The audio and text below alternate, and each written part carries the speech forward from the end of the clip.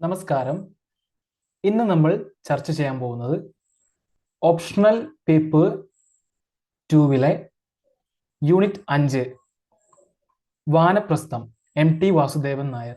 ഈ പാഠഭാഗത്തിലെ മുൻകാല വർഷ ചോദ്യങ്ങളും അതുപോലെ പാഠഭാഗവും നാം ഇന്ന് ചർച്ച ചെയ്യാൻ പോവുകയാണ്. ആദ്യം നമ്മൾ മുൻകാല വർഷ ചോദ്യങ്ങൾ പരിചയപ്പെടാം. 5.1 വാനപ്രസ്ഥം MT വാസുദേവൻ നായർ. 1. മുതിർന്നവരുടെ ലോകത്തിലെ പതിവ് വഴക്കങ്ങളെ ഇളം തെന്നലിന്റെ സ്വാതന്ത്ര്യത്തോടുകൂടി ഗൂഢമായി വിചാരണ ചെയ്യുന്ന ജാനകിക്കുട്ടിയുടെ കഥയാണ് ചെറിയ ചെറിയ ഭൂകമ്പങ്ങൾ. വിശദമാക്കുക. 2023 ചോദിച്ച ക്വസ്റ്റ്യൻ ആണ്. 2.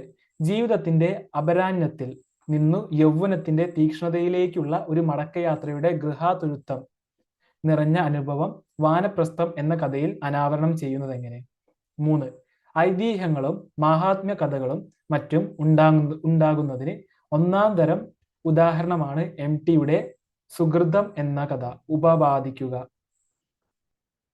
4. പെരുമഴയുടെ പിറ്റേന്ന് എന്ന കഥയിൽ ആവിഷ്കരിച്ചിരിക്കുന്ന തേഞ്ഞു മാഞ്ഞു പോകുന്ന മാനുഷിക ബന്ധങ്ങളും അവയുടെ അവശേഷിപ്പുകളും പിതൃമനസ്സുകളിൽ ഉളവാക്കുന്ന ആനന്ദം സമകാലീന സാമൂഹിക ജീവിതം പശ്ചാത്തലമാക്കി വിശകലനം ചെയ്യുക. 5. കഥയെ കവിതയോളം എത്തിക്കുന്ന ഭാവാത്മകതയുടെ ടെക്നിക്കിൽ വാനപ്രസ്ഥം എപ്രകാരം പൂർണ്ണതയിലെത്തുന്നുവെന്ന് പരിശോധിക്കുക. 6. കഥയുടെ രചനാതന്ത്രത്തിന്റെ കാര്യത്തിൽ വാനപ്രസ്ഥവും ഹിഗ്ഗിറ്റയും തമ്മിലുള്ള അന്തരം ചൂണ്ടിക്കാട്ടുക. 7. ചെറുകഥാശില്പം എന്ന നിലയിൽ വാനപ്രസ്ഥത്തിന്റെ പ്രത്യേകതകൾ എന്തെല്ലാം? 8. എല്ലാം അമ്മ നിശ്ചയിച്ചതാണ്, നേരത്തെ നിശ്ചയിച്ചതാണ്. വാനപ്രസ്ഥം എന്ന കഥ അവസാനിപ്പിക്കുന്ന ഈ വാക്യങ്ങളിൽ കഥയുടെ ആത്മാവിനെ തന്നെയാണ് കാഥികൻ വെളിവാക്കുന്നത് എന്ന് പറയാനാകുമോ? 9. മാനസിക വളർച്ചയെത്താത്ത ജാനകിക്കുട്ടിയുടെ പാത്രരചനയിൽ MT വാസുദേവൻ നായർ സ്വീകരിക്കുന്ന മിഥ്യയും യാഥാർത്ഥ്യവും ഇഴചേർന്ന ആഖ്യാന രചനാതന്ത്രം ചെറിയ ചെറിയ ഭൂകമ്പങ്ങൾ എന്ന കഥയുടെ സംവേദനം കൂടുതൽ വൈകാരികമാക്കാൻ സഹായിക്കുന്നുണ്ട്. സമർത്ഥിക്കുക. 10. MTയുടെ കഥാപാത്രങ്ങൾ പൊതുവെ ഏകാകികളും അന്തർമുഖരുമാണ് എന്ന പ്രസ്താവനയുടെ സാധുത വാനപ്രസ്ഥത്തിലെ കഥകളെ മുൻനിർത്തി പരിശോധിക്കുക. 11. കഥയുടെ അന്തരീക്ഷ സൃഷ്ടിയിൽ MT പുലർത്തുന്ന സൂക്ഷ്മത വാനപ്രസ്ഥം എന്ന കഥയിൽ എങ്ങനെ വെളിപ്പെടുന്നു? വിശദമാക്കുക. 12. മലയാള ചെറുകഥ ഘടനപരമായ ഭദ്രത കൈവരിക്കുന്നത് MTയുടെ കഥകളിലാണ്. ചെറിയ ചെറിയ ഭൂകമ്പങ്ങൾ എന്ന കഥയെ ആസ്പദമാക്കി പരിശോധിക്കുക. 13. ഒരു രഹസ്യം സൂക്ഷിക്കാൻ കിട്ടിയതിൽ ആഹ്ലാദം. വാനപ്രസ്ഥം എന്ന കഥയിലെ ആ രഹസ്യം എന്തായിരുന്നു? 14. ബ്രഹ്മകൽപ്പനകളുടെ സൗന്ദര്യമാണ് ചെറിയ ചെറിയ ഭൂകമ്പങ്ങൾ എന്ന കഥയുടെ ജീവൻ. വ്യക്തമാക്കുക. 15. ക്ഷേത്ര പരിസരത്തിന്റെ വിശുദ്ധാന്തരീക്ഷവും വിധിയുടെ അലംഘനീയമായ ആകസ്മികതയും ചേർന്നൊരുക്കിയ അപൂർവ കാൽപ്പനിക ഭംഗിയാണ് വാനപ്രസ്ഥത്തെ ജീവസുറ്റതാക്കുന്നത്. ശരിയോ? 16. സ്നേഹിക്കുന്ന മനസ്സുകളിലെ ദൈന്യത്തിന്റെ ആഴവും ദുരന്ത തീവ്രതയും അനുഭവപ്പെടുന്നതിൽ വാനപ്രസ്ഥം എത്രമാത്രം വിജയിച്ചിരിക്കുന്നു എന്ന് ചർച്ച ചെയ്യുക. 17. MTയുടെ കഥകളുടെ മുഖ്യ സവിശേഷതകൾ പാഠ്യ ഗ്രന്ഥത്തെ ആസ്പദമാക്കി വിവരിക്കുക. 2008-ലും 2012-ലും സെയിം ക്വസ്റ്റ്യൻ ചോദിച്ചിട്ടുണ്ട്. ഓക്കെ. 18ാമത്തെ ക്വസ്റ്റ്യൻ. മാംസനിബദ്ധമല്ലാത്ത രാഗം. ഈ കവിവചനത്തിന്റെ കഥാവിഷ്കാരമാണ് വാനപ്രസ്ഥം. ഉപപാദിക്കുക. 19. പ്രതിപാദ്യത്തിലും പ്രതിപാദനത്തിലും മലയാള ചെറുകഥ പിന്നിട്ടിരിക്കുന്ന രണ്ടു വ്യത്യസ്ത പടവുകളെ പ്രതിഫലിപ്പിക്കുന്നവയാണ് വാനപ്രസ്ഥത്തിലെയും ഹിഗ്ഗിറ്റയിലെയും കഥകൾ. ചർച്ച ചെയ്യുക. 20. കഥയുടെ ശില്പത്തിൽ ഏറെ ശ്രദ്ധിക്കുന്ന ഒരു കഥാകൃത്താണ് MT വാസുദേവൻ നായർ. വാനപ്രസ്ഥത്തിലെ കഥകളെ ആസ്പദമാക്കി പര്യാലോചിക്കുക. 21.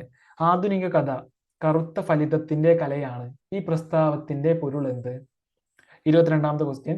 ആധുനിക മനുഷ്യന്റെ വൈകാരിക പ്രശ്നങ്ങളുടെ അനാവരണമാണ് MTയുടെ കഥകൾ. വാനപ്രസ്ഥത്തെ അടിസ്ഥാനമാക്കി വിവരിക്കുക. ഓക്കെ. ഇനി നമുക്ക് പാഠഭാഗത്തിലേക്ക് കടക്കാം. മലയാളം യൂണിറ്റ് 5 വാനപ്രസ്ഥം MT വാസുദേവൻ നായർ. 36 വർഷത്തെ ഇടവേളയ്ക്ക് ശേഷം മൂകാംബികയുടെ ഭക്ത്യാന്തരീക്ഷത്തിൽ 61 വയസ്സായ ഒരു റിട്ടയർഡ് അധ്യാപകനും 54 വയസ്സുകാരിയായ പൂർവ്വ വിദ്യാർത്ഥിനിയും കണ്ടുമുട്ടുന്നു.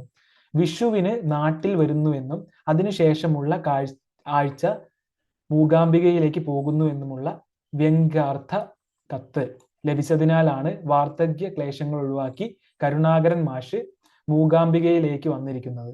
അമ്മാളുവിന്റെ മാഷിന്റെ ഭാര്യ കർശന നിയന്ത്രണത്തിന് കീഴിൽ വിശ്രമ ജീവിതം ചിട്ടയോടെ നിവർത്തിച്ചു പോരുന്നതിനിടെയാണ് മാഷിന്റെ ഈ സാഹസം.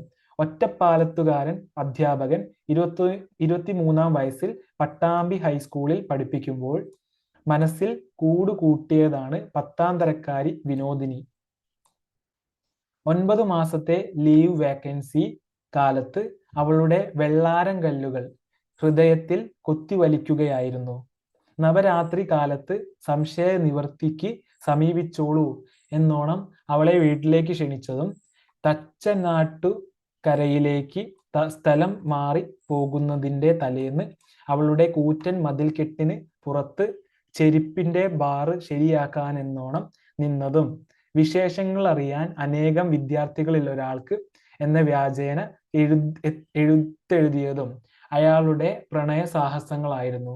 പ്രതാപിയായ അച്ഛൻ പെൺകുട്ടികൾ ഉദ്യോഗം നോക്കിയിട്ട് കൊണ്ടുവരണ്ടാന്ന് പറഞ്ഞ് വിനോദിനിയുടെ B.Ed പഠനം തടഞ്ഞതും മാഷായാലും വേണ്ടില്ല, ആരായാലും വേണ്ടില്ല, എഴുത്തും കുത്തുമൊന്നും വേണ്ടാന്ന് പറഞ്ഞ് പ്രണയമൊട്ടുകൾ തല്ലിക്കൊഴിച്ചതും വിനോദിനി ഇന്നും ഓർക്കുന്നു. നാട് നന്നാക്കാൻ നടന്ന് കുടുംബത്തിന്റെ സുസ്ഥിരത നഷ്ടപ്പെടുത്തിയ അച്ഛനോട് അവൾക്ക് നീരസമില്ലാതില്ല. ശുദ്ധജാതകത്തിന്റെ തെളിമ കൊണ്ട് വിവാഹം നടക്കാതെ പോയ കാലത്തോട് അവൾ പൊരുത്തപ്പെട്ടു കഴിഞ്ഞു. കാറും അതിനൊത്ത പ്രതാപവുമുള്ള വീട്ടിൽ പെണ്ണ് ചോദിച്ചു ചെല്ലാൻ മാഷിന് ധൈര്യമുണ്ടായിരുന്നില്ല. കുടജാദ്രിയിലേക്കുള്ള യാത്ര അവർക്കിടയിലെ ആകസ്മിക തീരുമാനമായിരുന്നു. മലമുകളിൽ വടികുത്തി വിനോദിനിക്കൊപ്പം നടന്ന് വാനപ്രസ്ഥ വിശുദ്ധി നേടുകയായിരുന്നു മാഷ്.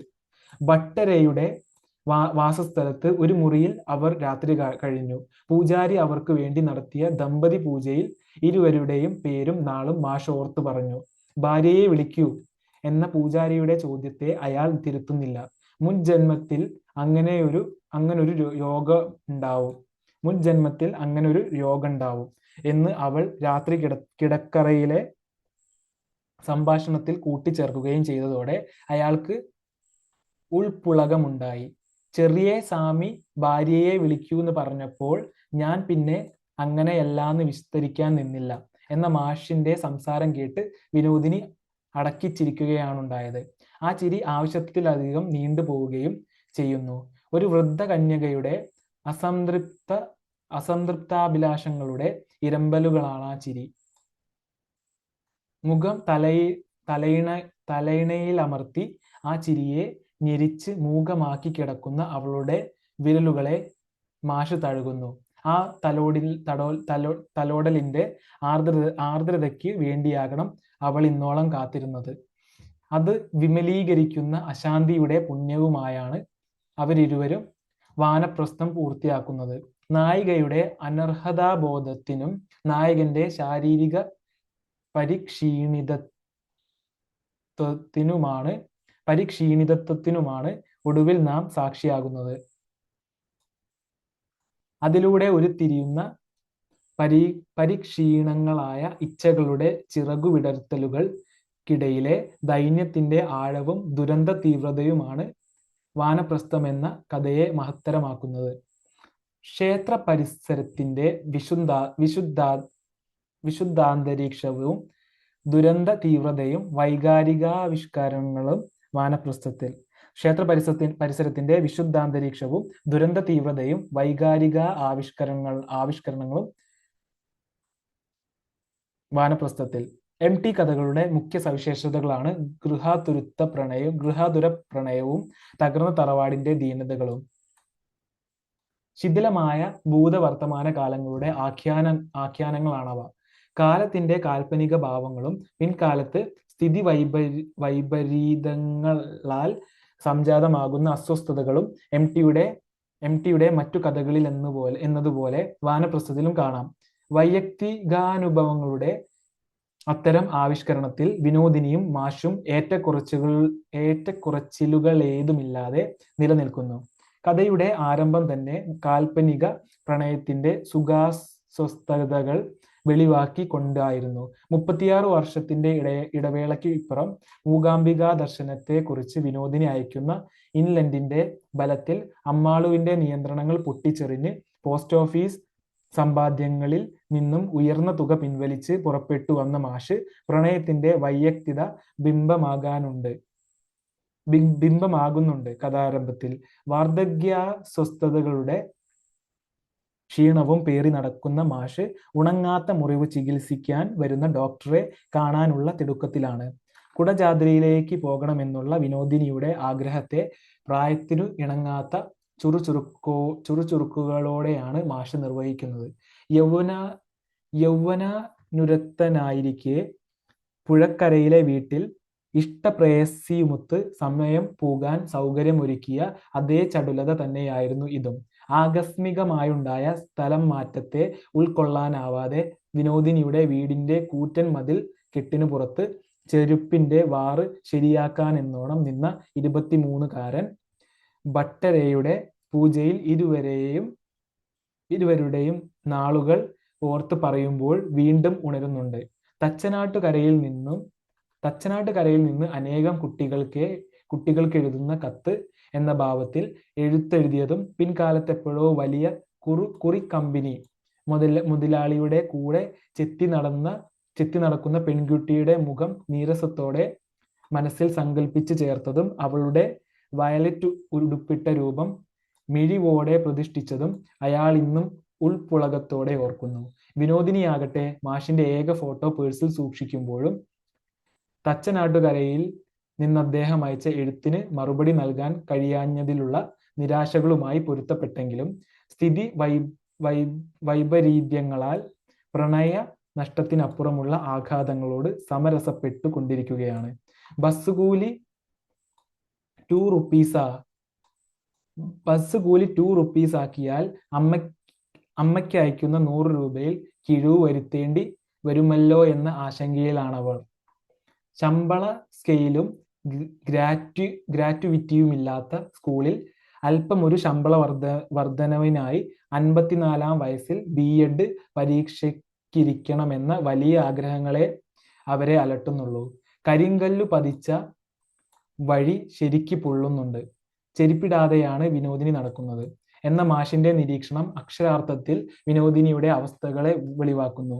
ശുദ്ധജാതകത്തിന്റെ തെളിമ കൊണ്ട് വിവാഹം നടക്കാതെ പോയ കാലത്തോടും മൗനാനുരാഗം നഷ്ടപ്പെടുത്തിയ സ്ഥിതി വൈപരീത്യങ്ങളോടും വിനോദിനി പൊരുത്തപ്പെട്ടു കഴിഞ്ഞിരുന്നു.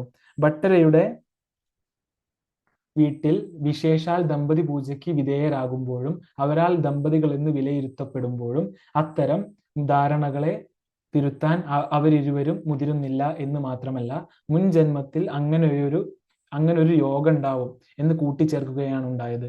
പ്രണയത്തിന്റെ തീവ്രതയ്ക്കപ്പുറം കാലത്തിന്റെ നിശ്ചലതയാകണം അവരാഗ്രഹിച്ചിട്ടുണ്ടാകുക. വൈയക്തികാനുഭവങ്ങളുടെ പകർപ്പെഴുത്തുകാരനായ MT മനുഷ്യജീവിതം ആകസ്മികതകളുടെ കാൽപ്പനിക രസക്കൂട്ടാണെന്ന് സ്ഥാപിക്കുന്നുണ്ട് വാനപ്രസ്ഥത്തിൽ. 3 വ്യാഴവട്ടത്തിലേറെ കഴിഞ്ഞുള്ള കൂടിച്ചേരലിലേക്കും അതുവഴി നേടുന്ന വാനപ്രസ്ഥ വിശുദ്ധിയിലേക്കും മാഷിനെയും വിനോദിനിയെയും നയിക്കുന്നത് ഇത്തരം ആകസ്മികതകളാണ്. കുടജാദ്രിയിലേക്കുള്ള അവരുടെ യാത്രയും ക്ഷേത്ര പരിസരത്തിന്റെ ഭക്തി അന്തരീക്ഷത്തിൽ നടത്തപ്പെടുന്ന ദമ്പതി പൂജയും അവരുടെ കാൽപ്പനിക പ്രണയത്തിന് ഉൾപ്പുളകം തീർക്കുന്നുണ്ട്. സർവജ്ഞ പീഠത്തിലേക്കുള്ള കയറ്റത്തിൽ താങ്ങായി അവരൊന്നായി നേടുന്ന വാനപ്രസ്ഥം വിശുദ്ധി ഈ ആകസ്മികതകളുടെ പൂർണ്ണത തന്നെയാണ്. ഒന്നായി വിരിച്ച വിരിപ്പിൽ നായകന്റെ ശാരീരിക പരിക്ഷീണതകളോടെയുള്ളതും നായികയുടെ അനർഹതാബോധത്തോടെയുമുള്ളതുമായ കിടപ്പിന് ഉഡ്ഡയനം ചെയ്യാൻ അശക്തങ്ങളായ ഇച്ഛകൾ എന്ന് മാത്രമേ അർത്ഥം കൽപ്പിക്കാനാവൂ. ദമ്പതികൾ എന്ന് തെറ്റിദ്ധരിപ്പിച്ചതിന്റെ കുസൃതിയോർത്തുള്ള അടക്കി ചിരിയിൽ നിന്നാരംഭിച്ച് തലയിണയിൽ മുഖമമർത്തിയുള്ള തേങ്ങിക്കരച്ചിലിൽ ഒരു വൃദ്ധ കന്യകയുടെ അസംതൃപ്ത പാദാഭിലാഷങ്ങളൊന്നാകെ ഇരമ്പുന്നു. എന്നാൽ വിരലുകൾക്കു മേലുള്ള കേവലമൊരു ആർദ്ര സ്പർശനത്തിൽ പരിക്ഷീണിതകളൊന്നാകെ അലിയിപ്പിച്ചു കളയുവാനാണിരുവരും ആഗ്രഹിക്കുന്നത്. അവരൊന്നായി നേടിയ വാനപ്രസ്ഥ വിശുദ്ധിയും വിനോദിനിയുടെ ഇക്കാലമത്രയും നേരിട്ട പരിക്ഷീണിതകൾക്കു മേലുള്ള മാഷിന്റെ തലോടലും ആ തലോടലിൽ നിന്നും ബഹിർഗമിക്കുന്ന വിശുദ്ധ സ്നേഹവും അവർക്കിടയിലെ മാംസനിബദ്ധമല്ലാത്ത രാഗവിസ്താരങ്ങളാകുന്നുണ്ട്. കുമാരനാശാൻ തന്റെ ലീലാകാവ്യത്തിൽ ആരും തോഴിയുലകിൽ മറയുന്നില്ല, മാംസം വെടിഞ്ഞാൽ തീരുന്നില്ലീ പ്രണയജടിലം ദേഹിതാൻ ദേഹബന്ധം എന്നും ധ്രുവമിഹ മാംസനിബദ്ധമല്ല രാഗം എന്നും പ്രണയസങ്കല്പത്തെ വിശദീകരിക്കുന്നത് വാനപ്രസ്ഥം എന്ന MT കഥയ്ക്കും ഇണങ്ങുന്നു. ആത്മീയ അനുഭൂതി ഉച്ചക്കോടിയിലെത്തുമ്പോൾ ശരീരത്തോട് തോന്നുന്ന വിരോധഭാവമാണിവിടെ കവി അർത്ഥമാക്കുന്നത്. കഥയിൽ വടി കുത്തിക്കൊണ്ട് വിനോദിനിയോടൊപ്പം തന്നെ നടന്നു. വാനപ്രസ്ഥത്തിന്റെ തുടക്കമാണിതെന്ന് തോന്നി എന്നിടത്ത് ആരംഭിക്കുന്ന സാന്ത്വനത്തിന്റെയും സ്നേഹാർദ്ര വചസ്സുകളുടെയും തൃഷ്ണാശമനങ്ങളിൽ വികാരത്തിന്റെ തിളച്ചുമറിയലുകളല്ല, പരിക്ഷീണങ്ങളായ ഇച്ഛകളുടെ ദമനങ്ങളാണ് നടക്കുന്നത്. അതിലൂടെ ഉരുത്തിരിയുന്ന അവസ്ഥാവിശേഷങ്ങളിലെ ദൈന്യത്തിന്റെ ആഴവും ദുരന്ത തീവ്രതയുമാണ് വാനപ്രസ്ഥം എന്ന കഥയെ മഹത്തരമാക്കുന്നത് എന്ന് ഡോക്ടർ M. ലീലാവതി അഭിപ്രായപ്പെടുന്നുണ്ട്. ഒറ്റപ്പെട്ട വ്യക്തികളുടെ ഏകാന്ത സ്വരമായി വാനപ്രസ്ഥം പലപ്പോഴും മാറുന്നുണ്ട്. ആധുനിക മനുഷ്യന്റെ വൈകാരിക സ്വസ്ഥതകളായ മോഹഭംഗം, ആത്മനിന്ദ, മടുപ്പ് എന്നിവ വാനപ്രസ്ഥത്തിലെ മാഷിനെയും വിനോദിനിയെയും ബാധിക്കുന്നു. ഒരേ സമയം കാൽപ്പനികവും യഥാതഥവുമായ ആധുനിക വൈപരീത്യങ്ങളിൽ അവർ ഉഴലുന്നു. സമൂഹത്തിന്റെ ഘടകമായി ഇരിക്കുമ്പോഴും അന്തർമുഖനായി സാനുഭവങ്ങൾ തന്നോട് തന്നെ പറയുന്ന ആധുനിക മനുഷ്യന്റെ പ്രതിനിധിയായി മാഷ് പലപ്പോഴും മാറുന്നു. പിതൃ കേന്ദ്രിത കുടുംബ വ്യവസ്ഥയുടെ ശൈഥില്യങ്ങളോടും വിദ്യാഭ്യാസ അവകാശ ലംഘനങ്ങളോടും വിനോദിനിയുടെ ആധുനിക മനസ്സ് കലഹിക്കുന്നു. ആധുനിക മനുഷ്യന്റെ സ്വത്ത് അന്വേഷണ വ്യഗ്രതയുടെ പൂരണ ഭൂമിയാകുന്നുണ്ട് കഥയിൽ കുടജാദ്രി. ഇപ്രകാരം ജീവിതത്തിന്റെ നാനാവിധങ്ങളായ ആന്തരചലനങ്ങൾക്കു പ്രാധാന്യം നൽകിക്കൊണ്ടുള്ള കാൽപ്പനിക തദ്യാവിഷ്കാരമായി വാനപ്രസ്ഥം മാറുന്നു. ആത്മീയത വാനപ്രസ്ഥത്തിൽ തറവാട് എന്ന ബിംബത്തിൽ നിന്നും അധ്വാന സായുജ്യം കൊണ്ട് നേടുന്ന ആത്മീയതയുടെ സംക്രമണ ശ്രേണിയിലേക്ക് MTയെ ഉയർത്തുന്ന കഥയാണ് വാനപ്രസ്ഥം. ദാർശനികമായും രചനാലക്ഷ്യപരമായും വലിയ പരിവർത്തനമാകുന്ന പ്രസ്തുത കഥയിൽ പാത്രങ്ങൾക്ക് പരസ്പര വിദ്വേഷങ്ങളോ പകയോ ഇല്ല. ജീവിതത്തിന്റെ പരുക്കൻ യാഥാർത്ഥ്യങ്ങൾക്കപ്പുറത്ത് ശാന്തിയുടെ മഹാസാഗരം കണ്ടെത്തുന്നവരാണവർ.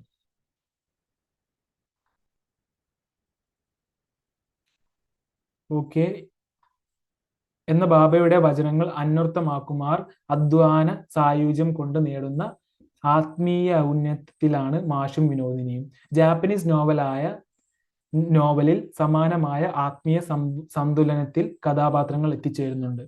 പ്രത്യക്ഷാർത്ഥത്തിലുള്ള ഭക്തിയുടെ തികച്ചും വ്യത്യസ്തങ്ങളായ 4 തലങ്ങളും വാനപ്രസ്ഥത്തിൽ കണ്ടെത്താവുന്നതാണ്. വിനോദിനിയും മാഷും ഭട്ടരയുടെ കുടുംബവും ഉൾപ്പെടെയുള്ളവരുടെ നിഷ്കളങ്കമായ ഭക്തിയും അമ്മാളുവിന്റെ കാര്യസിദ്ധി ഭക്തിയും വാനപ്രസ്ഥ വിശുദ്ധിയിലൂടെ വിനോദിനിയും മാഷും ചേർന്ന് നേടുന്ന ആത്മീയ സന്തുലനവും ക്ഷേത്രാന്തരീക്ഷത്തിനു ചുറ്റുമുള്ള ഭക്തി കച്ചവടങ്ങളും ഇതിൽപ്പെടുന്നു. ഒരർത്ഥത്തിൽ കഥാവസാനം വായനക്കാരൻ ഗ്രഹിച്ചെടുക്കുക വിനോദിനിക്കും മാഷിനുമിടയിലെ കാൽപ്പനിക പ്രണയവിശുദ്ധി ആയിരിക്കണം. ഒരർത്ഥത്തിൽ കഥാവസാനം വായനക്കാരൻ ഗ്രഹിച്ചെടുക്കുക വിനോദിനിക്കും മാഷിനുമിടയിലെ കാൽപ്പനിക പ്രണയവിശുദ്ധി ആയിരിക്കണം. ഓക്കെ, അടുത്തത് നമ്മൾ ചെറിയ ചെറിയ ഭൂകമ്പങ്ങൾ ആണ് ചർച്ച ചെയ്യാൻ പോകുന്നത്.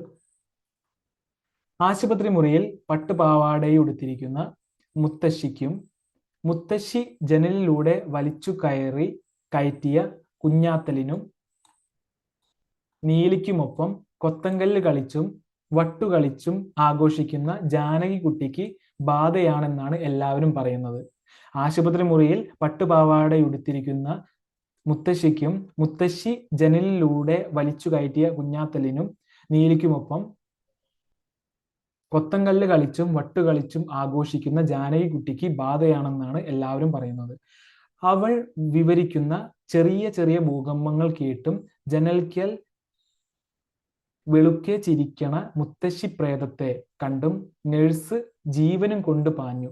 തുടങ്ങിയോ ഇവിടെയും ഭൂകമ്പം എന്ന് അത്ഭുതപ്പെട്ട് കളിയുടെ രസക്കൂട്ടിലേക്ക് പിൻവാങ്ങുന്ന ജാനകിക്കുട്ടിയുടെ മനസ്സ് തെളിബോധത്തിനും അബോധത്തിനും ഇടയിൽ ഊയലാടുകയാണ്. പണിക്കാർക്ക് കഞ്ഞി കൊടുത്ത് അമ്മ അടുക്കളത്തളത്തിൽ കിടക്കുന്നതിനും വലിയമ്മ കാപ്പി ഉണ്ടാക്കുവാൻ എഴുന്നേൽക്കുന്നതിനും ഇടയ്ക്കുള്ള ഉച്ചക്കാന സമയത്ത് വല്ലതും രസം പറഞ്ഞിരിക്കാനും കളിക്കുവാനുമായി നടത്തുന്ന ഭ്രമണങ്ങളിലാണ് ജാനകിക്കുട്ടി കുഞ്ഞാത്തലും നീലിയും ഉൾപ്പെടെയുള്ള ബാധകളുമായി ചങ്ങാത്തത്തിലാകുന്നത്. ഈ സമയങ്ങളിൽ വലിയമ്മയുടെ തൃപ്പുത്രി സരോജിനി കുളക്കടവിൽ ചൂണ്ടയിട്ടിരിക്കുന്ന ഗന്ധർവനടുത്തേക്കും ഏട്ടൻ പടിഞ്ഞാറ്റയിൽ ആട് മേയ്ക്കാനെന്ന വ്യാജേന വരുന്ന നാണിക്കുട്ടിയുടെ അടുത്തേക്കും നടത്തുന്ന രഹസ്യഗമനങ്ങൾ ഈ ബാധക്രമത്തിൽ ഉൾപ്പെട്ടിരുന്നില്ല. അതേസമയം സിനിമ മാസിക രസം പിടിച്ചു വായിച്ചിരിക്കുന്ന ഏട്ടത്തി ജാനകിക്കുട്ടിയെ ഏഴയലത്ത് അടുപ്പിക്കാറുമില്ല. ഉച്ചക്കാനത്തിന്റെ ഈ ഏകാന്തതകൾ അകറ്റാനാണ് ജാനകിക്കുട്ടി തന്റെ ഉച്ചക്കാന പര്യവേക്ഷണങ്ങൾ ആരംഭിക്കുന്നത്. എല്ലാവരും വിളിക്കുന്നത് പോലെ ഞാട്ടീന്ന് വിളിക്കാതെ ജാനകിക്കുട്ടീന്ന് സ്നേഹത്തിൽ വിളിക്കണ കുഞ്ഞാത്തൽ സങ്കല്പത്തിൽ നിന്നും വ്യത്യസ്തമായി കരയും കുറിയുമുള്ള മുണ്ടുടുത്ത് ആത്തേമാര് കുട്ടിയെ പോലെ ജാനകിക്കുട്ടിയുടെ മുന്നിൽ ഒരു ദിവസം അവതരിച്ചു. വാക്കിന് വ്യവസ്ഥയുള്ള കുഞ്ഞാത്തൽ അവളെ കൊത്തങ്കല്ലു കളിയിൽ ജയിപ്പിച്ചും നീലിയുടെ ലോഹ്യ കാരിൽ നിന്ന് സംരക്ഷിച്ചും കാലിൽ മുള്ളു തറപ്പിച്ച കള്ളാടി മുത്തനെ വിറപ്പിച്ചും അവളുടെ ഒറ്റ സഞ്ചാരങ്ങൾക്കും അനാഥത്വ ബോധത്തിനും കൂട്ടും കാവലാളുമായി. രാത്രിയിലും കളിച്ചു നടക്കുന്ന കുഞ്ഞാത്തലിനോടും നീലിയോടും അസൂയ മൂത്ത് ജാനകിക്കുട്ടിയുടെ ഉറക്കം തന്നെ തെറ്റിയിരുന്നു. ഇപ്രകാരം ഉറക്കം നഷ്ടപ്പെട്ടൊരു ഈ രാത്രിയിൽ ജനാലയ്ക്കിലൂടെ നടന്നു പോകുന്ന ചങ്ങാതിമാരുടെ പേരുറക്കെ വിളിച്ചതിനാണ് വീട്ടിൽ ആദ്യത്തെ ചെറിയ ഭൂകമ്പം ഉണ്ടാകുന്നതും സൂത്രക്കാരൻ പണിക്കർ കബഡി നിരത്തി കണക്കറിയിക്കുന്നതും. അതിനുശേഷം ഉച്ചക്കാന ഭ്രമണങ്ങൾ വിലക്കപ്പെട്ട ജാനകിക്കുട്ടിയെ കാണാൻ ചങ്ങാതിമാർ വീട്ടിലേക്ക് വരുവാൻ തുടങ്ങി.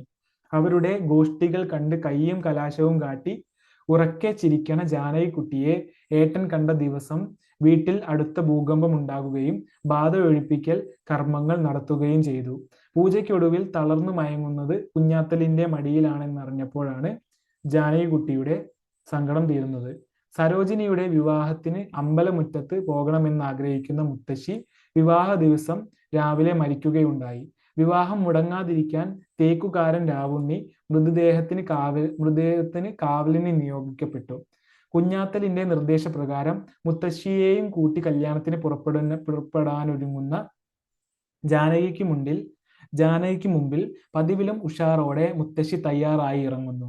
ആൽത്തറയിൽ നിന്ന് മുത്തശ്ശിക്കും ജാനകിക്കുട്ടിക്കും നീലിക്കുമൊപ്പം കല്യാണം കൂടുന്ന കുഞ്ഞാത്തോൽ വിവാഹവേഷത്തിൽ വരനെ കണ്ടയുടൻ ദംഷ്ട്രകൾ പുറത്തേക്ക് നീട്ടി രൗദ്രരൂപം പ്രാപിക്കുന്നത് കണ്ട് ജാനകിക്കുട്ടി ബോധരഹിതയായി നിപതിക്കുന്നു.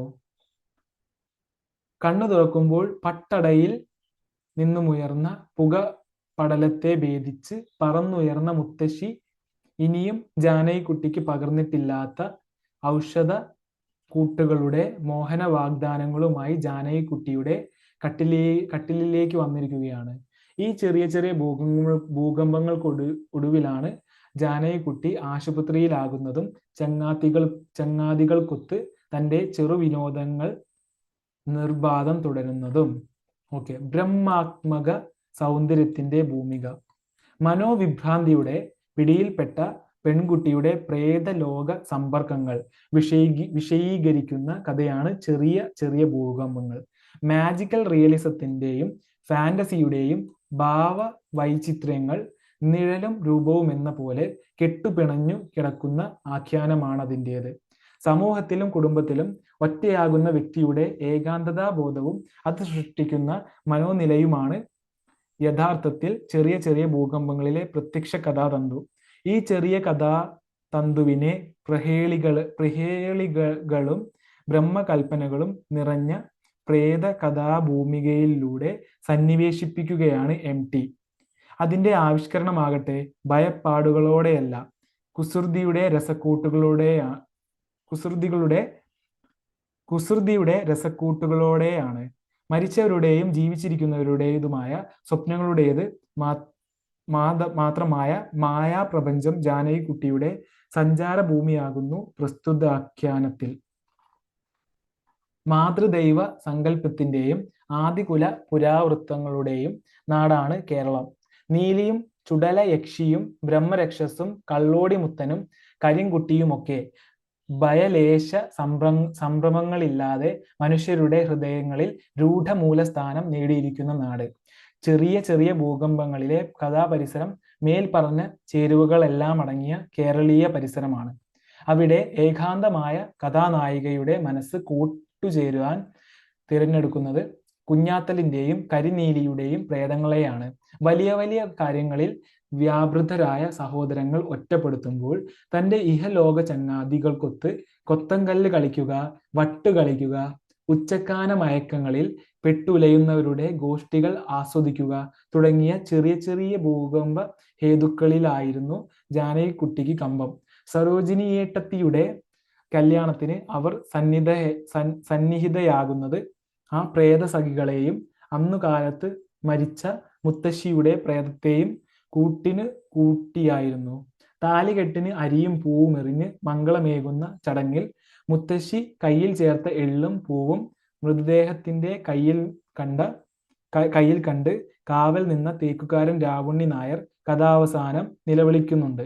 ആശുപത്രി മുറിയിൽ നാളിതുവരെ നടന്ന പ്രേതലോക ഭൂകമ്പങ്ങൾ നേഴ്സിനോട് പറഞ്ഞ് പട്ടുപാവാടയുടുത്ത മുത്തശ്ശി പ്രേതത്തെ കുസൃതിയോടെ ചൂണ്ടിക്കാട്ടുമ്പോൾ നേഴ്സ് ഓടുന്നുണ്ട്.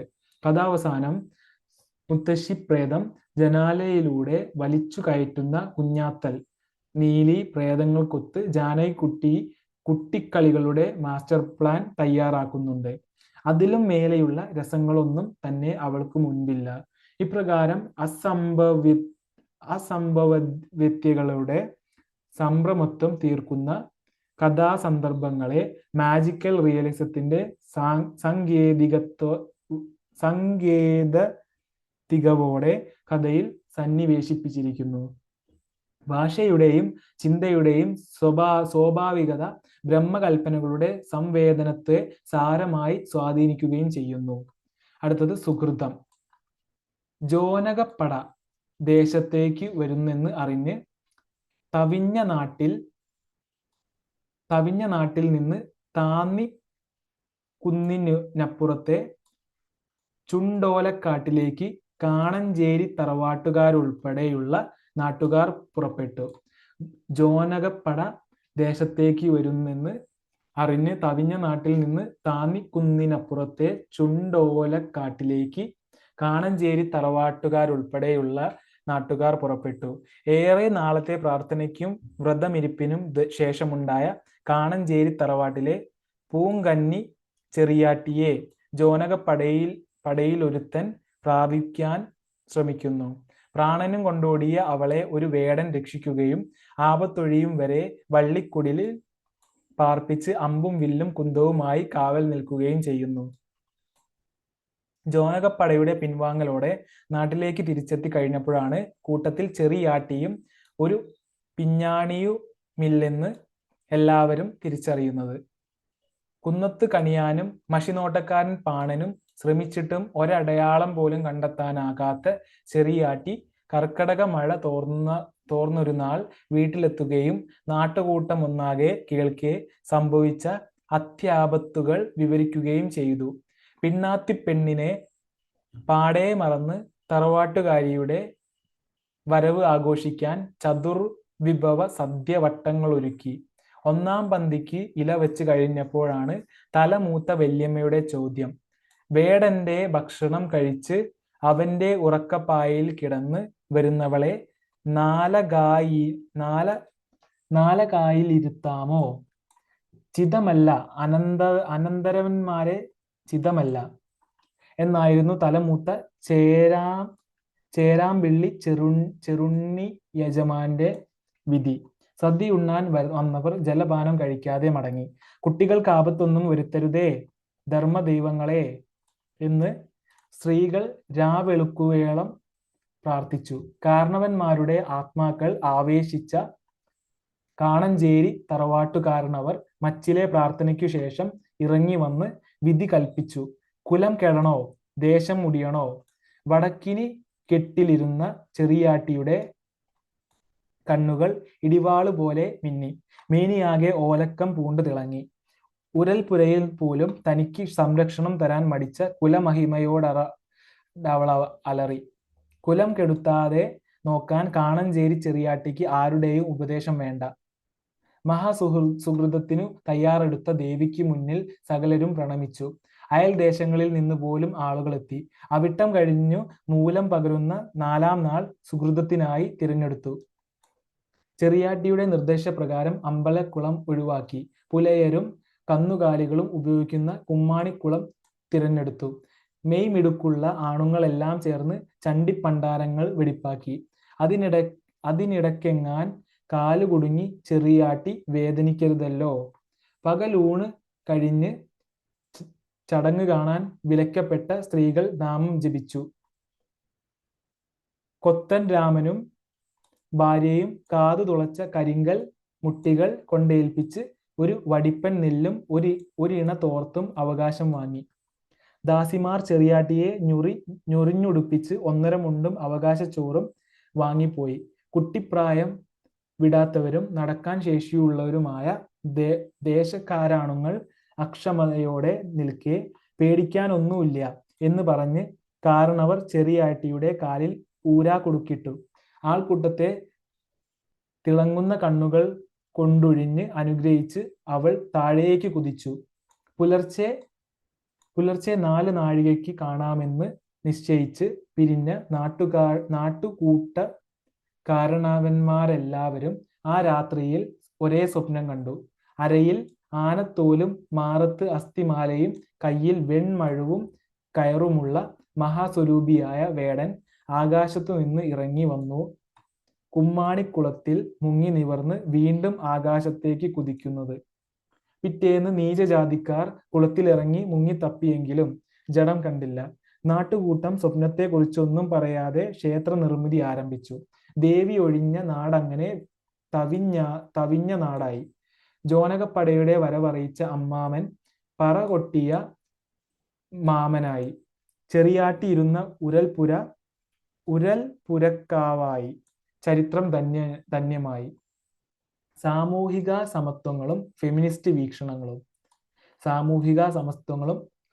വീക്ഷണങ്ങളും വാഗർത്ഥങ്ങളുടെ താളവും ലയവും ഒരുപോലെ സന്നിവേശിപ്പിച്ച് നൂറ്റാണ്ടുകൾക്കപ്പുറമുള്ള കേരളീയ ജീവിതമപ്പാടെ പകർത്തുന്ന സുഹൃതം ഒട്ടനവധി സോഷ്യലിസ്റ്റ് ഫെമിനിസ്റ്റ് ആശയങ്ങൾ മുൻപോട്ട് വയ്ക്കുന്നുണ്ട്.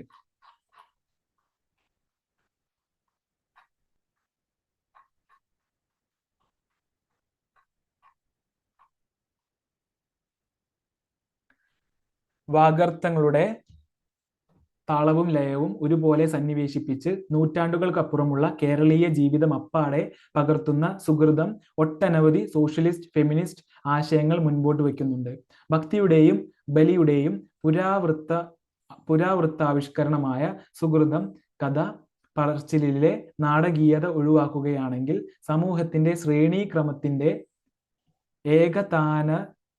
ഏകതാനതയില്ലായ്മയും സ്ത്രീവിരുദ്ധ സാമൂഹിക ക്രമങ്ങളുടെയും ഉത്തമ ഉദാഹരണമാകുന്നു. കഥയിൽ കുലം രക്ഷിക്കാനും ദേശം രക്ഷിക്കാനും മറ്റുമായി പെൺകുട്ടി ബലിക്ക് വിധിക്കപ്പെടുന്നത് വീട്ടിലെ തലമൂത്ത സ്ത്രീയുടെ ആശങ്കയെ തുടർന്നുണ്ടാകുന്ന പ്രശ്നം വെക്കലിനാലാണ്. അനുഷ്ഠാദികളുടെ കർക്കശത ആർദ്ര ചേതസ്സുകളായി സ്ത്രീകളുടെ ഹൃദയത്തിൽ വരുത്തുന്ന പരിവർത്തനത്തിന് ഉദാഹരണമാണിത്. വനവേടന്റെ കുടിലിൽ അഭയാർത്ഥിയായി പെൺകുട്ടി കഴിഞ്ഞു എന്നത് ആശ്വാസകരമായി കണ്ട് വിരുന്ന് നടത്താൻ ഒരുങ്ങിയ കാരണവന്മാർക്കിടയിലേക്കാണ് അനാവശ്യമായ പാപബോധം രൂഢമൂലമായി തീർന്ന ഹൃദയം കൊണ്ട് തലമൂത്ത സംശയമറിയുന്നത്.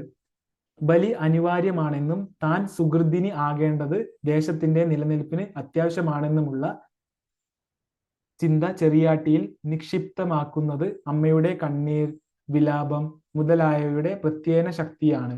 അരുമ മകൾ വിശുദ്ധി കാക്കണമെന്ന് നിശിതമായി വിശ്വസിക്കുന്ന അമ്മ ഈ വിശ്വാസത്തിന്റെ ആന്ത്യം, നിഷ്ഠൂരത, നിർലക്ഷ്യത, പൊള്ളത്തരം എന്നിവ വെളിവാക്കുന്നു. സുഹൃതത്തിനായി പുലയരും കന്നുകാലികളും ഉപയോഗിക്കുന്ന കുമ്മാണിക്കുളം തിരഞ്ഞെടുത്ത ചെറിയാട്ടിക്ക് ക്ലേശങ്ങൾ ഒഴിവാക്കി നൽകാൻ മെയ്മെടുക്കുള്ള ആണുങ്ങളുടെ ഒരു നിര തന്നെ കുളത്തിലിറങ്ങി കുളം വൃത്തിയാക്കുന്നുണ്ട്. സുഹൃതം നടക്കുന്ന മുഹൂർത്തത്തിൽ കുട്ടിപ്രായം വിട്ടവരും നടക്കാൻ ശേഷിയുള്ളവരുമായ ദേശക്കാരാണുങ്ങൾ മുഴുവൻ കൂട്ടുനിന്നിരുന്നു. കുടുക്കു മുറുക്കുന്ന കാരണവർക്ക് താമസമാണല്ലോ എന്ന് കണ്ട് അക്ഷമരാകുന്ന ചെറുപ്പക്കാർ അനാചാരത്തിനെതിരെ ശബ്ദിക്കുക എന്ന സാമൂഹിക നീതിക്കപ്പുറം കെട്ടുകാഴ്ച കാണുവാൻ പടച്ചിറങ്ങിയ ഇടുങ്ങിയ മനസ്ഥിതിക്കാരാണ്. മഹാസുഹൃതം കാണുവാൻ താല്പര്യം പ്രകടിപ്പിച്ച മരുമകളോട് സ്ത്രീകൾക്ക് അത്തരം കാഴ്ചകൾ നിഷിദ്ധമാണ് എന്നാണ് ആരോമനജമാനൻ പറയുന്നത്. ഇപ്രകാരം സ്ത്രീയും പുരുഷനും ഉൾപ്പെടെയുള്ള ജനസമൂഹം സ്ത്രീ വിരുദ്ധമായ അന്ധവിശ്വാസങ്ങൾക്കും സ്ത്രീ വിരുദ്ധമായ നീതിക്കും പ്രാധാന്യം കൽപ്പിച്ചിരിക്കുന്നതായി കഥയിൽ ആവിഷ്കരിച്ചിരിക്കുന്നു. ജാതീയമായ നീചത്വങ്ങളുടെ ഒരു ശ്രേണീക്രമം തന്നെ കഥയിൽ ദർശിക്കാവുന്നതാണ്. ചെറിയാട്ടിക്കൊപ്പം കാണാതാകുന്ന വാണിയന്റെ മകൾ പാറുപ്പെണ്ണിനെ കുറിച്ച് കഥാവസാനം വരെ നാട്ടുകൂട്ടം തിരക്കുന്നില്ല. ചെറിയാട്ടിയുടെ തിരിച്ചു വരവിനായി കവടി നിരത്തിയപ്പോഴും മഷിനോട്ടം നടത്തിയപ്പോഴും ആ പിണാത്തിക്ക് എന്ത് സംഭവിച്ചു എന്ന ആശങ്കകൾ അവളുടെ അച്ഛനൊഴികെ ആർക്കുമില്ല. ചെറിയാട്ടിയുടെ തിരിച്ചുവരവ് ആഘോഷിക്കുന്ന നാട്ടുകൂട്ടത്തിനിടയിൽ നിന്ന് തൻ്റെ മകൾക്ക് എന്ത് സംഭവിച്ചു എന്ന് തിരക്കുന്ന വാണിയൻ തലനാരിഴയ്ക്കാണ് തല പോകാതെ രക്ഷപ്പെട്ടത്. പുലയർക്കും കന്നുകാലികൾക്കും എന്ന് മാത്രം നിജപ്പെടുത്തിയിരുന്ന കുമ്മാണിക്കുളത്തിൽ ജാതിഭേദങ്ങളൊന്നും നോക്കാതെ മെയ്മെടുക്കുള്ള ആണുങ്ങളെല്ലാം മഹാസുഹൃതത്തിന്റെ പുണ്യത്തിനായി ഇറങ്ങുന്നുണ്ട്. സുഹൃതത്തിനായി ചെറിയാട്ടിയെ ഒരുക്കുവാൻ വരുന്നവരെല്ലാം നീചജാതിക്കാരാണ്. സുഹൃതത്തിനൊടുവിൽ കുളം പരിശോധിക്കാനിറങ്ങുന്നതും അവർ തന്നെ. എല്ലാറ്റിനുമുപരി ചെറിയാട്ടി സുഹൃതത്തിന് വിധേയമാകേണ്ടി വരുന്നത് ജാതിയിൽ തീരെ താഴ്ന്ന വേടന്റെ സംരക്ഷണയിൽ കഴിഞ്ഞു എന്നത് കൊണ്ട് മാത്രമാണ്. സുഹൃതത്തിലെ ജാതീയ അസമത്വങ്ങൾക്ക് ഇതിൽ പരമുര ഉദാഹരണമില്ല. പെരുമഴയുടെ പിറ്റേന്ന്. അടുത്ത പാഠഭാഗം അല്ലെങ്കിൽ കഥ പെരുമഴയുടെ പിറ്റേന്ന്. പാരീസിൽ ചിത്ര പ്രദർശനം നടത്തണമെന്ന് മോഹിച്ച് ഭാര്യയെയും മകനെയും നാട്ടിൽ നിർത്തി പുറപ്പെട്ട ശിവശങ്കരൻ എന്ന ചിത്രകാരന് പ്രതീക്ഷയ്ക്കൊത്ത് ആഗ്രഹ സാക്ഷാത്കാരം നേടാനാവുന്നില്ല. സീനിയർ ആർട്ടിസ്റ്റ് എന്ന ലേബലിൽ മുംബൈയിലെ പ്രമുഖ പത്രത്തിൽ ഫാൻഡം സ്ട്രിപ്പുകളിൽ ചായം തേക്കലാണ് അയാളുടെ ഇപ്പോഴത്തെ ജോലി. മുമ്പ് പേയിങ് ഗസ്റ്റായി താമസിച്ചിരുന്ന വീട്ടിലെ പെൺകുട്ടി ഗർഭിണിയാണെന്നറിഞ്ഞപ്പോൾ ശിവേട്ടന് അതാ സൗകര്യം വെച്ചാൽ അങ്ങനെ ആയിക്കോട്ടെ എന്ന് പറഞ്ഞവളാണ് ആദ്യ ഭാര്യ. അവളിലുണ്ടായ ആദ്യ സന്താനം അപ്പുവിനെ അമ്മാവന്മാർ പഠിപ്പിച്ച് എഞ്ചിനീയറാക്കി. അവനുമില്ല അച്ഛനോട് വിരോധം. പക്ഷേ അവർക്കിടയിൽ അച്ഛനും മകനുമിടയിലെ ഊഷ്മളതകൾ പണ്ടേ നഷ്ടപ്പെട്ടിരുന്നു. മകൻ അമേരിക്കയിൽ നിന്നും നാട്ടിലേക്ക് വരുന്നു എന്ന കമ്പി കിട്ടിയ ഉടൻ തൻ്റെ ഒറ്റമുറി ഫ്ലാറ്റിൽ ദാരിദ്ര്യം മറച്ചുവെച്ച് ആഹാരം പാകം ചെയ്ത് ഉള്ളതിൽ നല്ല ഉടുപ്പ് കുട്ടികളെ അണിയിച്ച് അയൽക്കാരി മിസ്സിസ് ഡിസൂസയുടെ വീട്ടിൽ മകന് സ്വച്ഛമായ ഉറക്കറ തയ്യാറാക്കി ശിവശങ്കരൻ എയർപോർട്ടിലേക്ക് പുറപ്പെടുന്നു. മകൻ വിമാനമിറങ്ങി വന്നപ്പോൾ കൂടെ ബേല എന്ന ഫ്രഞ്ചുകാരിയുമുണ്ട്. മകൻ ഇടയ്ക്കിടെ എഴുത്തയക്കാറുണ്ടെങ്കിലും ആ ഫ്രഞ്ചുകാരി അവന്റെ ഭാര്യയാണെന്ന് അച്ഛൻ അപ്പോഴേ അറിയുന്നുള്ളൂ. വീട്ടിലേക്ക് വരുവാനുള്ള അച്ഛന്റെ നിർബന്ധപൂർവമായ ശ്രമങ്ങളെ മകൻ തന്ത്രപൂർവം നിരാകരിക്കുന്നു. അതിന്റെ മാനസിക വൈഷമ്യങ്ങളാൽ യാത്ര പറയുന്ന അയാളെ അച്ഛൻ എന്നുച്ചരിച്ച് ബേല കാലിൽ തൊട്ടു വന്ദിക്കുന്നു. മകന്റെ നിരാകരണത്തിനപ്പുറം മരുമകൾ നൽകുന്ന അനിർവചനീയമായ സാഫല്യബോധം അയാളിൽ പ്രബലമാകുന്നു. കാലാവസ്ഥ മോശമായതിനാൽ ഫ്ലൈറ്റ് വന്നില്ല എന്ന് കള്ളം പറഞ്ഞ് ലോകത്ത് നിന്നാകെ ഒളിക്കാൻ കിടക്കറയിലേക്ക് അയാൾ അതിവേഗം നടക്കുന്നു. മനസ്സിന്റെ ദ്വന്ദ്വ സംഘർഷങ്ങളോടെ ഉറക്കത്തിലേക്കും വിഭ്രമാത്മകമായ ഉണർവുകളിലേക്കും ആ അച്ഛൻ കയറ്റിറക്കങ്ങൾ നടത്തിക്കൊണ്ടിരുന്നു. അയാൾ അനേക തവണ വാക്കുകളിൽ തിരക്കുകളിൽ ക്യാൻവാസിലേക്ക് പകർത്താനാവാതെ കൈവിട്ട് പോയ പെയിന്റിംഗ് പോലെ. അയാൾ അനേക തവണ വാക്കുകളിൽ തിരക്കുകളിൽ ക്യാൻവാസുകളിലേക്ക് പകർത്താനാവാതെ കൈവിട്ടുപോയ പെയിന്റിംഗ് പോലെ. എം.ടി കഥകളുടെ ആഖ്യാന സവിശേഷതകൾ. ഭാവഗീതങ്ങളുടെ ലയന സൗന്ദര്യം ഉൾക്കൊള്ളുന്ന ആത്മോപാഖ്യാന കഥകളുടെ ആഖ്യാതാവാണ് എം.ടി വാസുദേവൻ നായർ. കാലത്തിന്റെ അസ്വസ്ഥതകളുടെ ഈ കഥാകാരൻ തിരസ്കൃതരുടെ ജീവിതഖണ്ഡം ആവിഷ്കരിക്കുന്നതിൽ എന്നും ബദ്ധശ്രദ്ധനായിരുന്നു. അനുഭവങ്ങളുടെ പശ്ചാത്തലത്തിൽ ഏറിയ കൂറും രചിക്കപ്പെട്ട എം.ടി കഥകൾ അതിനുഭാഗത്തിലാണ് ആഖ്യാന രീതി രൂപപ്പെടുത്തിയത്. ഭാവാത്മകത എന്ന അമൂർത്തവും സഹൃദയ മാത്ര വേദ്യവുമായ വൈകാരിക പ്രതിഭാസത്തിന് നിദാനമായ ഭാഷ ആഖ്യാന രീതിക്ക് മാറ്റേകുവാൻ അദ്ദേഹം തിരഞ്ഞെടുത്തു. ആവശ്യത്തിനു മാത്രം മിണ്ടിയും ഏറെ മിണ്ടാതെയുമുള്ള ആ ഭാഷയ്ക്കിടയിലെ മൗനങ്ങളെയാണ് വായനക്കാരൻ മനനം ചെയ്യുന്നത്. വള്ളുവനാടൻ സംസ്കാരത്തിന്റെ സൂചനകളുമായി അവതരിക്കുന്ന അദ്ദേഹത്തിന്റെ കഥകൾ വാക്കിനെയും നിശബ്ദതയെയും കുറിച്ചുള്ള ഉദ്വിഗ്നമായ ആത്മാന്വേഷണത്തിലാണ്. എം.ടിയുടെ ആഖ്യാന വിശേഷത്തിൽ ജന്മപരിതസ്ഥിതികളുമായുള്ള പൊക്കിൽ കൊടി ബന്ധവും ആ പരിതസ്ഥിതികളിൽ നിന്നുള്ള ഭാഷാ രീതികളും പ്രത്യേകമായി കാണാം.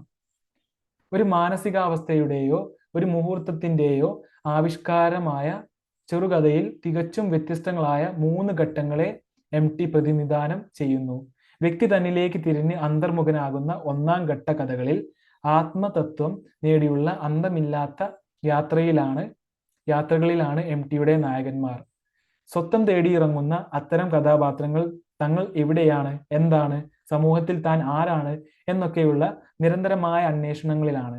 ഗതകാല സ്മൃതികളിലൂടെ വിദൂരതകളിലും പിന്നീട് സ്വക്ഷേത്രങ്ങളിലും ആത്മതത്വം കണ്ടെത്തുന്നുണ്ട് പ്രസ്തുത കഥാപാത്രങ്ങൾ. പെരുമഴയുടെ പിറ്റേന്നിലെ ശിവശങ്കരൻ ഇത്തരത്തിലൊരു കഥാപാത്രമാണ്.